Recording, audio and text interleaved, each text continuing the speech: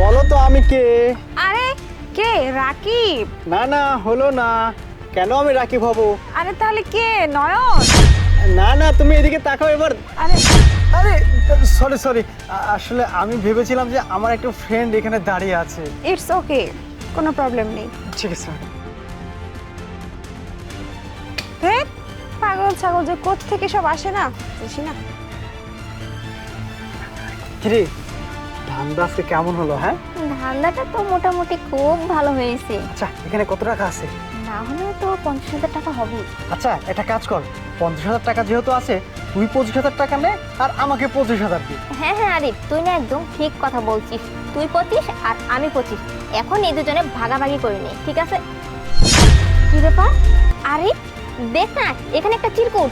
দেখি, বাড়ি ভাড়া 10,000, বোনের প্রাইভেট বিল 5,000, মার চিকিৎসা বাবদ 7,000।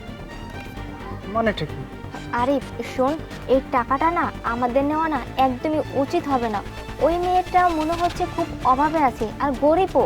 দেখ না, ওই যে বাড়ি ভাড়া, তারপরে ওর বোনের প্রাইভেট খরচ, তারপরে ওর মার ওষুধ, এগুলো এই টাকা দিয়ে মনে হয় কিনবে।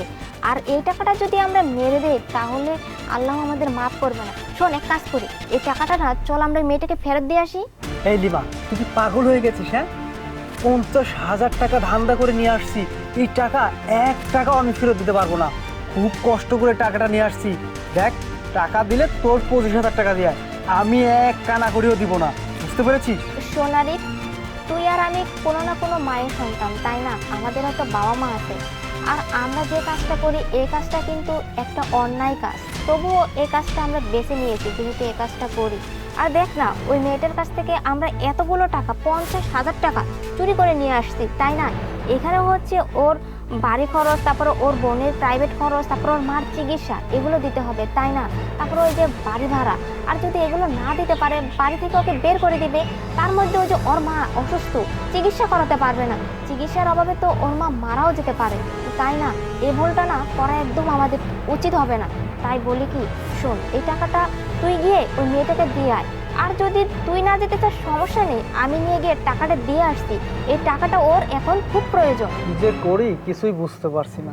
শোন, এত ভাবা চিন্তার এখন আর কোনো প্রয়োজন নেই, তুই টাকাটা নিয়ে তাড়াতাড়ি দিয়ে আয়। ঠিক আছে, এই টাকাটা দিয়ে আসি, রাখছি। দেখি কত টাকা জোগাড় করা হলো। কি ব্যাপার? আমার টাকা, আমার টাকা কোথায়? আল্লাহ, এত কষ্ট করে এতগুলো টাকা জোগাড় করছি, এখন নাই। তার মানে কি চুরি হয়ে গেল নাকি? এখন আমি বাড়ি ভাড়া দেবো কি দিয়ে? মায়ের চিকিৎসা খরচ দিব কি দিয়ে? বোনের প্রাইভেট খরচ দিব কি করে? আমার মাথায় তো কিছুই ঢুকতেছে না।